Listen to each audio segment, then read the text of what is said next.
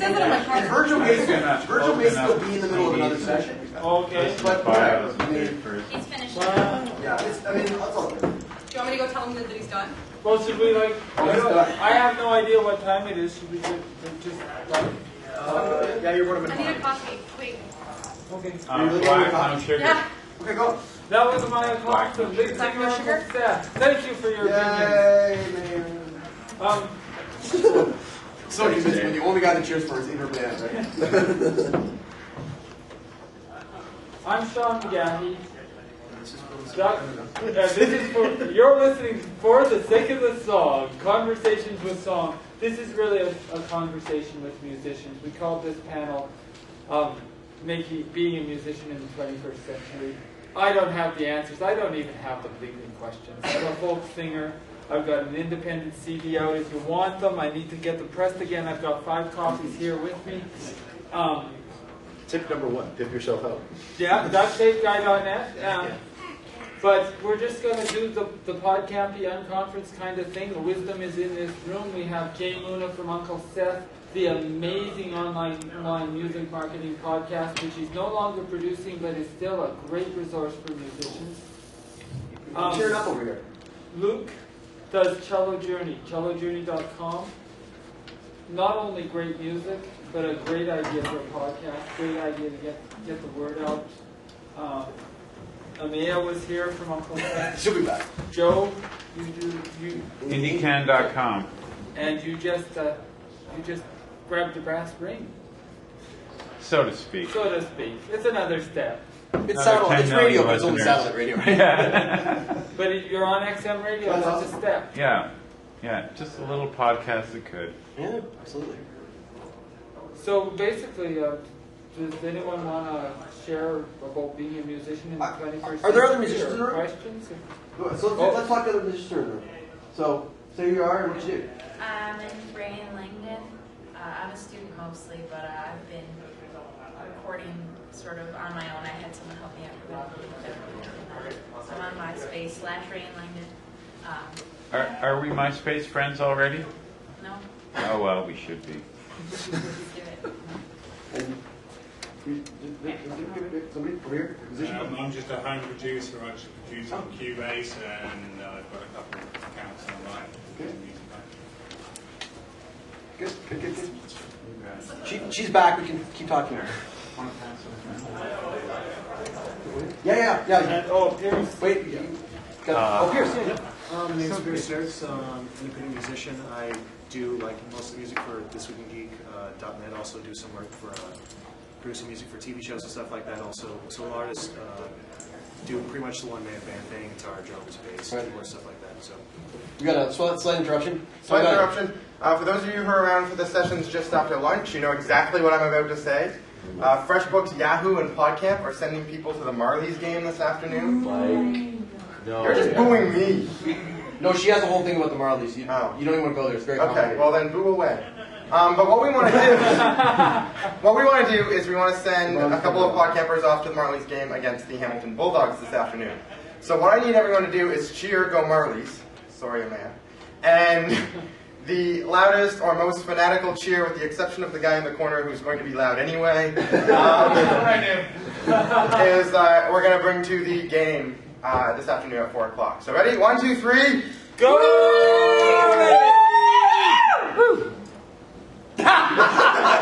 Would you like to go to the game? Woo. Sure. All right, then let's go to the hockey game at 4. Awesome. So meet us at the... How many tickets? Just one? Oh, then I can't go. Just a boy. This side. Anybody else want the ticket? Who else yelled? Who else was loud? There's a scream over here somewhere. Should we do it again? I screamed in Does solidarity. anyone wait? but I don't- Can anyone else go to the game in this room? Okay, you may be Who's able to. Thank you, Jay. Let me- Thanks, Tommy. Thanks for staying, Tommy. I appreciate your support. Sorry? Thanks for staying. Let him go. I have organizing responsibilities to take care of. No, I just said thank you. Yeah. You come Very back. sarcastically, by the way. I love you. You're welcome. That's awesome. Oh my god. Let's go. So, It's alright. Being a musician in the 21st century. Being a musician in the 21st century, I was just looking for Bill. Bill always nails me when he plays my music on his podcast, which is really cool. Bill plays my music on his podcast. He always nails me. You can't even get this bugger's music on his website. And I got to do something about that. Actually, I'm waiting for my PayPal verification to go through, and I'm going to put a tip jar up. I really like the Jane Sibley ESA model of pay what you like. I'm in a situation. And Radiohead stole our idea. Yeah, and Radiohead stole our idea, and it went great. I'm going to find a shopping cart system because I'm all about DIY. I want to do it myself. So, sorry, you're talking about that. Does everybody know what he's talking about? Does anyone not know what he's talking about? I want to take notes. Okay. Because basically the idea is that, okay, well, no, I want to set the level because not everybody knows about this stuff. So Jane Sibley, you're into East Side now, right? Yeah. She used to be Jane Sibley, and then later Radiohead put out Jamiroquai as well. Jamiroquai put out all the records for Pay What You Can, basically. And so that was the model. And Radiohead, I'm not sure about how Jane did with it. Radiohead made $6 million in the first month and a half. Well, Jane's been doing it for 3 or 4 years, and they have found, one of the things that they have found is that the average, now people certainly do, and they even encourage it on the website. They say, this is a sale, but you decide, and if you want to give a gift to yourself, go ahead, give a gift to yourself and pay nothing. But the average price for an MP3 off of Jane Sibley's website, and remember this is a person with a large back catalog, which she bought the rights back for, so it doesn't owe her anything, she owns those songs. The average price for a download on her site is $1.49. The average, and of that $1.49, she gets $1.49.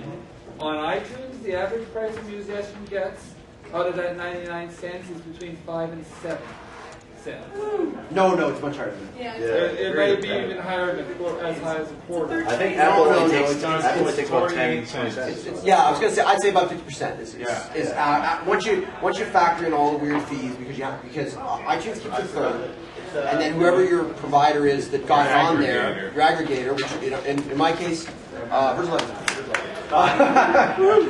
in our case is CD Baby or Indie Pool, but I think they all take about 9 cents. 9%. Yeah, so what's I went to Ryerson, I can't add like fast. So 33 plus 9 is 40. It's 48 and a half cents there you go. exactly. I think Or how much money now? I know you're gonna talk about TuneCore, Yeah, of course we're talking. but how much money you make off sale on iTunes? How much do I make off a sale on iTunes? 70 cents. Yeah, see that's because TuneCore takes less, right? Yeah, TuneCore takes less. And if you ask me, TuneCore is the TuneCore's the way to go. I hate to say it, and I'm usually technology agnostic and website agnostic. I have to say TuneCore is by far the best site. I did my research. It's the best site for anyone who makes music to get their music on the net into a wide variety of sites, not just iTunes, like mainstream sites. Because you get on iTunes, you get on Rhapsody, and you get on emusic.com, Yep. and those are the main sites, and it takes the least amount of money to do it. And independent research bears that out. There's other people who have done serious research into that that have found the same thing. Yeah, like I spent I have 2 albums, well, 2 albums out right now, and another 3 waiting to go for myself and various artists that I've been representing. And from what I've seen, TuneCore pretty much seen like sites come and go over the years, or sites get bought out, and then they kind of leave people in a lurch. TuneCore has had, so far from what I've seen, a management team that's dedicated to staying and providing the service, as opposed to getting bought out or closing down and taking money. Something you said sort of buried in what you said about being a musician in the 21st century. You said, I have 2 albums on TuneCore and artists I represent. Now that's something new to me since I last talked to you in the summer. That's part of being a musician in the 21st century. Yeah. Well, this is the thing, is I have friends who make music and are very passionate about music, but don't have the energy or the interest to sit there on the web and make sure that all their tags are right in Last.fm, make sure that they're on iMeme, make sure that they're on Mood.com. And because of that, they recognize the value of me doing that. So we have an open discussion. All the books are open. They get to see what is being sold and what it's being sold at, and we've come to a decision that I get maybe $50 out of their year of income, and they get the rest. But meanwhile, I can manage it, and it gives me an opportunity to do other things like make best of compilations and send that to radio stations, which has some of their songs, some of my songs, and we pool the cost of doing that. And so we're our own publishing house, our promotional PR house, as well as making music. So that's why I represent a couple others. Very cool. I'd like to throw it out to some of the people who are sitting around the circle. Like, what kind of questions do you guys have? Because I mean, I think between Virgil has tons of experience and Sean has tons of experience that's different and complementary, and I've done a lot of stuff, and you guys done a lot of stuff in this space. What kind of stuff are you guys interested in knowing about? Like, Ryan or anybody else? Something that's been coming up a lot lately, and I just kind of brushed it off my shoulders because I don't think it's false. But I'm contacted a lot by Indie Pool, and there was someone else. Supernova? No, it was Toronto Experiment. I believe that was just yesterday. And it's just like, do you know of these, like, yeah, just... I know Greg from Indie Pool quite well, and we've had some deals. Greg and I have had our differences, but I consider him a friend, and he they run a good service. They're a little aggressive in their, and I'll say this to his face if he's watching on the video. They're kind of American. They're aggressive in their well, and actually, funny enough, because we've talked a little bit about this. He does that because he kind of sometimes feels like American services might be trying to eat his lunch with Canadians, like the CD Babies and others in the world. So those guys they're good guys. They like any big companies, there's little bits of things that they might have done wrong in the past or whatever, but they run a totally legitimate service, and they're a little aggressive in there trying to get the claws into you, but they, like, near as I know, they've never stiffed anybody. They produce what they say they're going to produce, and they're good guys. But yeah, they seem a little... I get calls from them too, and I'm like, I'm buddies with Greg, right? Like, and they're like, oh, and they'll get weird about it. But anyway. I'm just going to start saying Yeah, say you're buddies with Greg. Yeah. But I mean, if you want CDs duplicated or you have no other way of getting onto iTunes and everything else, $75 and you're up there. Yeah, and they do a good job. They do a very good job. I have a question. How do you find the difference between digital and CD sales? Is the CD sample or is it kind of the ways? Well, here's a couple of interesting stats. I just did a feature story on a band called The Joys, don't have a label, and don't have any radio distribution, and just got awarded a gold single from selling off the stage. They sold over 14,000 CDs off the stage. And they also have complimentary CD Baby sales and that sort of thing. But mostly it's just, telling the story, impulse selling for them. Yeah. In fairness, though, and this is not criticism, it's fact, it's a point. The Joys play all the time. Yeah. Like there's almost not a weekend when the Joys aren't playing. Yeah. So they're just selling all the time when they play. Yeah. So, you can't do 14,000 in sales off the stage unless you're playing 100 shows a year. Would be the one. 200 shows a year. There you go. Yeah. Right. So I just want to make that point because if somebody thinks they're going to play 10 shows a year and sell 14,000 off the stage, they're smoking crack. Yeah. I want to be in that band. Yeah. It's a good gig for me when I sell a CD off the stage. Yeah. One. Yeah. But you play 90% of your shows probably within an hour drive of your house, right? That's true too. Right, and the Joys tour, so that's different also. Yeah. Another interesting statistic in I can't remember what the actual CD sales were, but I saw a list of the top 10 CD sales for the year 2000 and the top 10 CD sales for the year 2007. And number one in 2007 was 40% less than number one in 2000, and number 10 was 40% less than number 10 in 2000. But so what's happening? Are people buying less CDs? Well, another statistic you have to appreciate, in 2000, there were 25,000 barcodes put out for records. And in 2007, there were 750,000 CDs made. So it's a more fragmented, or as Jake Gold prefers, niche market. It's a more positive word than fragmented, right?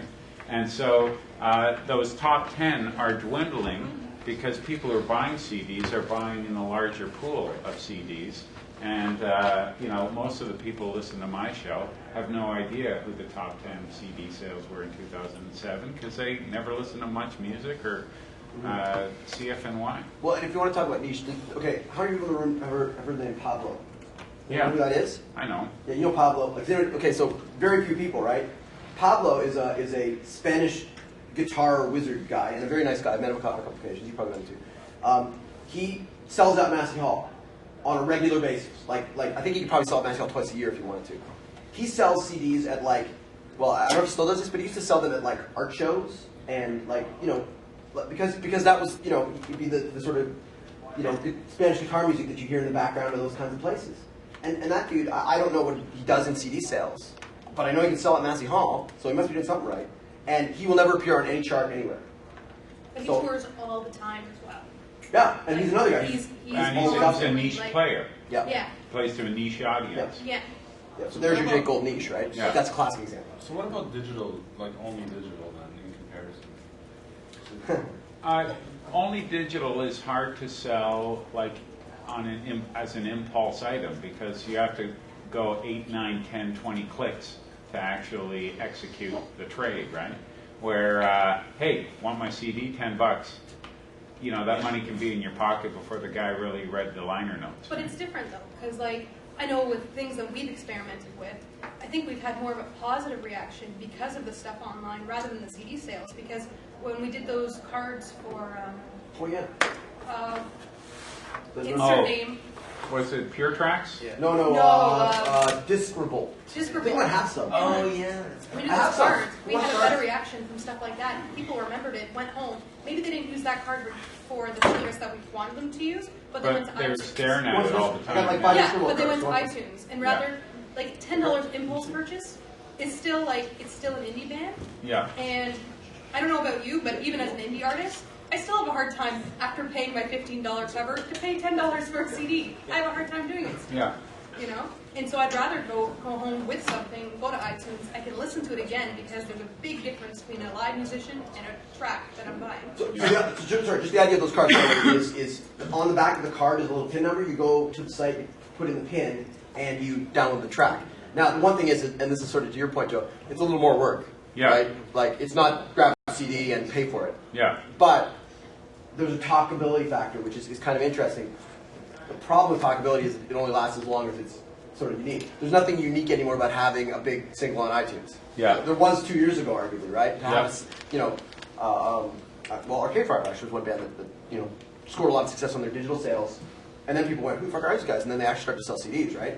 But I think you have to do both because there's always going to be the people, I'm a CD purist when it comes down to it. I need that physical thing. I need it on my shelf, and I need you to look at it every time you come to my place.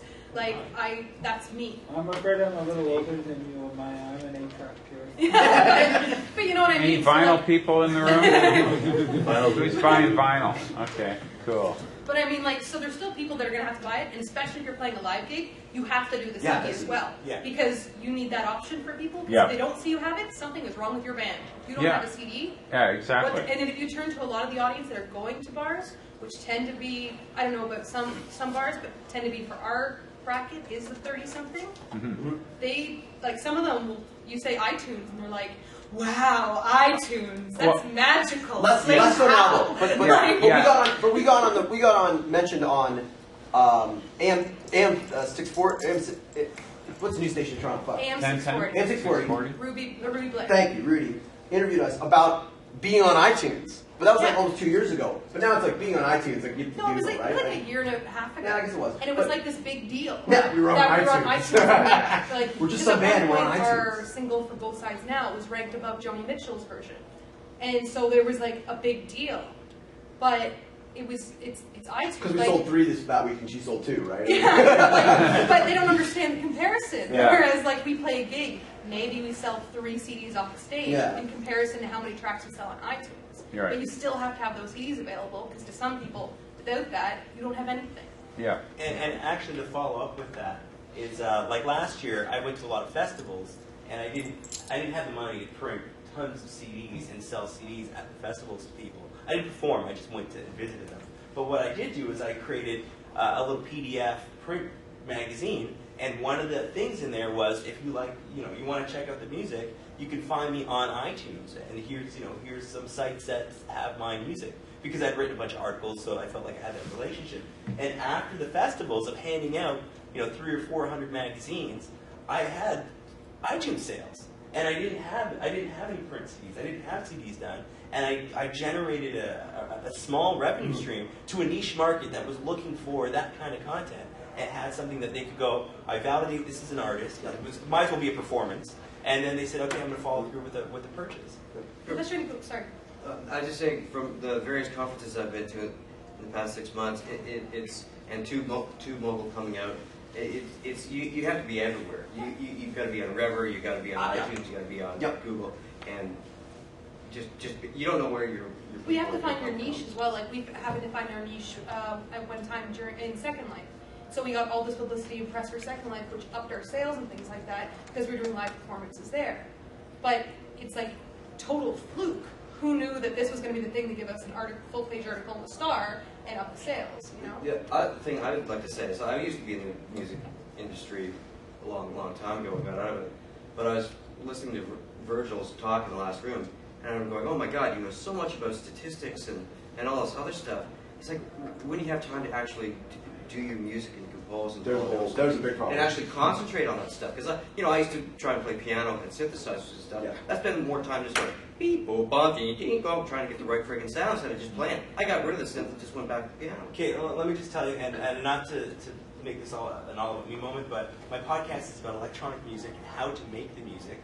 A lot of the songs that I sell in retail are the result of couples of sessions of doing my show. Mm-hmm. So I geared everything that I do around music production, the result of the song. So if you listen to a season of music, well, I haven't enforced it, but by the end of that season, you could probably buy a CD of that content from the show. But I try to find ways of revenue. Sorry, but, and I mean, when you're talking to Virgil or to me or to Sean, the other piece is, all of us have day jobs, and all of our day jobs have something to do with new media and or computers. Yeah. So for us to be, it's a tiny bit disingenuous for us to sit here and say, it's so easy, all you do is pull up Beatburger and do this and do this and do this and got, and for the people who don't, just get a J. Yeah. Well, right, I mean. No, I'll fully admit, I'm a new media moron. I'm a bigger Luddite than you are, I assure you that. I get 25,000 listeners and I don't know how to put an RSS wrapper on. But you guys both have help. But I have help, but when I went to Canadian Music Week and sat in on one of the sessions on podcasting and said the little bit that I knew from how's it affect our band and the little bit that I do with Google searches and things like that, suddenly I was a new media goddess. Wait, she said Technorati and the whole room went silent. These people had no idea. And it was all label people, and then they were having debates on stuff like that, and they're like, it's like Technorati. And I'm like, okay. Suddenly I'm a nerd. Now I'm finding with my podcast, because I do a one-on-one with songwriters, and in-depth, and really it's about two songwriters sitting on a front porch telling lies and playing a little bit of music. Now, of course, that's building my brand. Yes. And it's helping. But what I'm finding that I'm sort of gearing myself towards, and we've talked about how I'm building up to get myself on iTunes and do the things that I've been procrastinating for years. But what turns me on about that isn't so much that I'll be on iTunes, but that someone coming down the path will say, hey, Sean, you know how to do this stuff. Yeah. That's interesting me right now. Yeah, and that's what happened by doing what I've done with my show. Now, people who I know make great music, who I think should be out there, they trust me and know that, okay, you're going to be able to best represent my music in this sphere. And that's part of the balance of it. Well, and the best example of that is Derek Sivers, who is the CD Baby guy. Yeah. His story is great, actually, because he started CD Baby because he needed to sell CDs, and no one else could figure out how to, at this time in '96 or whenever he started it, no one else could figure out for him how to do a credit card transaction online. He searched the United States and couldn't find anybody. So he created his own transaction server because he was a bit of a nerd as well. And next thing you know, he owns the biggest CD online independent distribution ever. But have you ever heard one of his songs? Yeah, he's kind of funky and weird. It's sort of like Leonard Skinner meets James Brown in a weird little New York bar somewhere. Wow, it's very bizarre. But and it's cool stuff. But it's very, again, he was never going to be a rock star, and I think he knew that, so Yeah. he could kind of get away with that. But I think that's to the point here, and Scott, this kind of goes back to your question.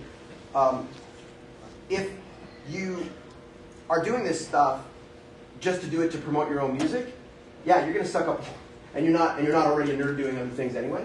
You're going to suck up a lot of time trying to do it, and you do have to. And this is the one thing that I used to say a lot on online music marketing when I did that podcast, and in general on panels and things like that. You do have to pick your spots. Like, you know, if your thing is MySpace, you know, and I mean, say whatever we want about MySpace, but there's still a lot of traction there for musicians. And if you spent the time building the fan base, getting the songs on there, keep working it. Like, don't abandon it because the next big thing. Because one of the things that we do a lot in these new media conversations and in these discussions is we tend to be a little bit dismissive of last year's thing, right? Nobody this year is talking about MySpace in sort of general sessions around here. But MySpace, Randy, you probably know this in a lot of your music stuff, it's still a big deal on the music side. Yeah, and if so you we spend, still have several hundred MySpace friends.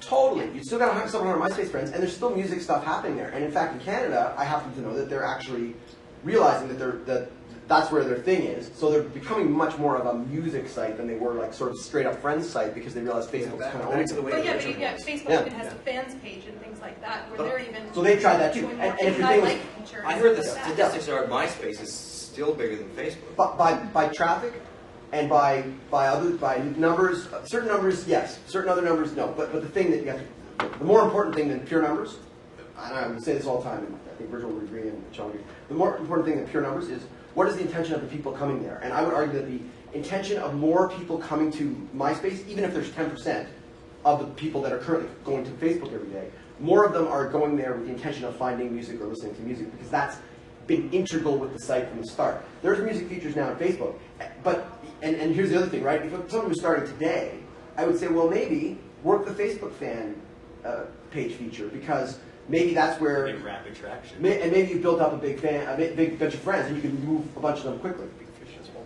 Yeah, and actually that's it too, right? Because if you were trying to start today from scratch, doing MySpace, like forget about it because you're competing with people who have literally 1 million friends. But you also have to remember it's a building brand thing. Like it's not you could play like 200 shows a year and be playing constantly, but I feel like we're building a brand faster by doing these niche markets and by linking it with Twitter and all that kind of stuff, spots, right? rather than doing the 200 shows to like 5 people in like I was going to say rude words, but middle of nowhere. and Sudbury. Like yes, Sudbury. No, I didn't know we could say that here. There's a child in the room. So, if I can add to Sudbury's the big town to Sean. Come on. But if I can add to that too, okay, my job, I work on a computer all day, so I can take time out of my day and do some work that isn't work related. But the big thing is, Does your company have a snitch line? No, I'm sure they've already. Yeah, I'm sure they know. They've already looked at my blog tons of times. I got my job because of the fact of what I do. Yeah. But post school up at 9:30. yeah, they're like, you blog in the daytime at work? I'm like, well, I have an auto feature. But the whole thing is it's an iterative process. To get out in the digital space as an artist is an iterative process. You can't wake up tomorrow and decide, I'm going to be on MySpace, Facebook, Moog, Last.fm, and whatever news site came out this week. You go ahead and say, I want to focus on a community that I really want to engage with and see if there's value in continuing a relationship with. And you pick that community, and you work it, and you involve yourself with it until you feel like you've either found your audience and built a lasting relationship, or you've exhausted the value of that adventure, and you move to the next one. Mm-hmm. And you slowly graze across sites, and still keep, your thumbs in there on some of those other ones. Yes. But as you do that over time, you start growing a huge online brand or a huge online experience. But you just have to pick one site, learn it well, and move forward from there. Yeah, exactly. I made myself a podcast-specific business card this time. As in your internet's making podcasts. I'm just monkeying on the card. I put SeanMcGahey.net on it. Now, the main site I have for all my music and my podcast is DuctTapeGuy.net, and SeanMcGahey.net at the moment just points to it. The next project, somewhere down the line when I get around to it, I'm rolling the clock back to 1998, and SeanMcGahey.net is going to host a splash page. It's going to be a nice intro page.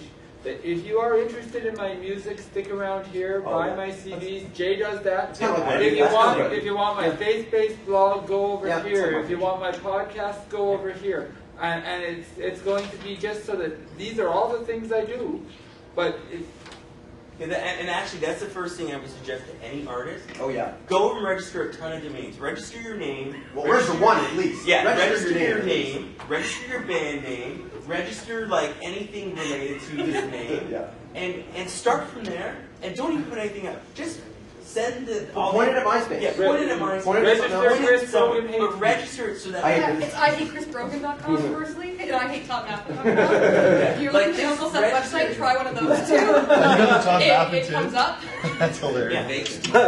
It's like $30 by the time you put it all together. Don't use domains or network solutions because they charge $30, but use another one or use a hoster like mydomain.com or something. GoDaddy or something. Not GoDaddy's also expensive, but there are ones you can get for $7. GodEasy's pretty. Yeah, like there's tons of them, but that. find ones that only charge you $7 or $9 to register.com. Register with these things and point them to MySpace. Point them to your first online destination where you're making a mark for your band or your music or your video or whatever. Even if it's a last fan page, who cares? But we can't reiterate this enough. Don't print MySpace.com, my band, on the back of your CD. Own your own domain. Yeah. Because someone else, just to give you an idea, I have alex7.ca. I thought that was good enough. Then one day I was like, I should probably have alex7.tv. I do a lot of video. Someone registers it. Right. I'm not like a noob. I'm not like new at this internet thing. I was like, what the? I didn't want to pay $50 6 months ago, but now I'm okay paying $50, and I lost that opportunity. Three weeks ago, I was doing a co-promotion. We were doing a house concert in my house, and I was doing a co-promotion with a little concert in the public library with another organization, and she made a lovely poster, and she said, Twisted Pines and DuctTapeGuy.com promote. There's only one problem. DuctTapeGuy.net. Yes. I was very lucky.